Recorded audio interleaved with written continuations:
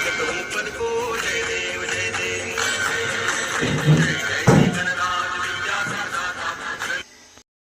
বন্ধুরা, তোমরা কেমন আছো? আশা করি খুব ভালো আছো।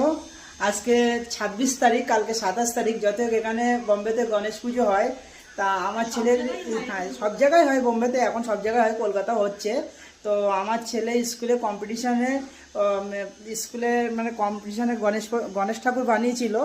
তো আমরা ভাবছি যে সে এবার গণেশ ঠাকুরটাকে আমরা বাড়িতে আবার দিয়েছি স্কুল থেকে। তো বাড়িতে মনে করলাম পুজো করব। তাই বললাম ঠিক আছে, আর একটা গণেশ ঠাকুর বানা। তা দেখো আমার ছেলে গণেশ ঠাকুর এখন একটা স্কুলেরটা তো কমপ্লিট হয়ে গেছে, আর বাড়ি যেটা বানাচ্ছে সেটা এখন অলরেডি কালার করছে। তো তোমাদের সামনে আমি ভিডিওটা দেখাচ্ছি। এই যে এটা, এই গণেশ ঠাকুরটা স্কুলে কম্পিটিশানে বানিয়েছিল, তাড়াহুড়ো করে বানাতে হয়েছিল। জানি না অতটা ভালো হয়েছে কি না হয়েছে, তা তোমাদের যদি ভালো লাগে কমেন্ট করবে। আর এখন যেটা বানাচ্ছে, এই যে ধীরে ঘরের মধ্যে বসে বসে বানাচ্ছে, দেখতে এখন কালার পেন্টিং করছে। কাল গণেশ পুজো আছে, দেখি শোনো একটুখানি, তাই ভাবছি কালকের, না ঠিক আছে বলা যাচ্ছে, কালকের গণেশ পুজো।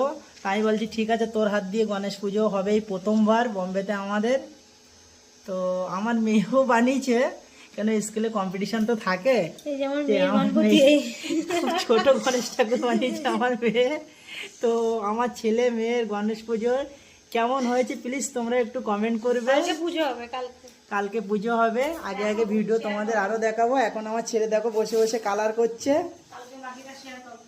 প্লিজ ভিডিওটা যদি ভালো লাগে তাহলে একটু তোমরা শেয়ার করবে। চলো বাই।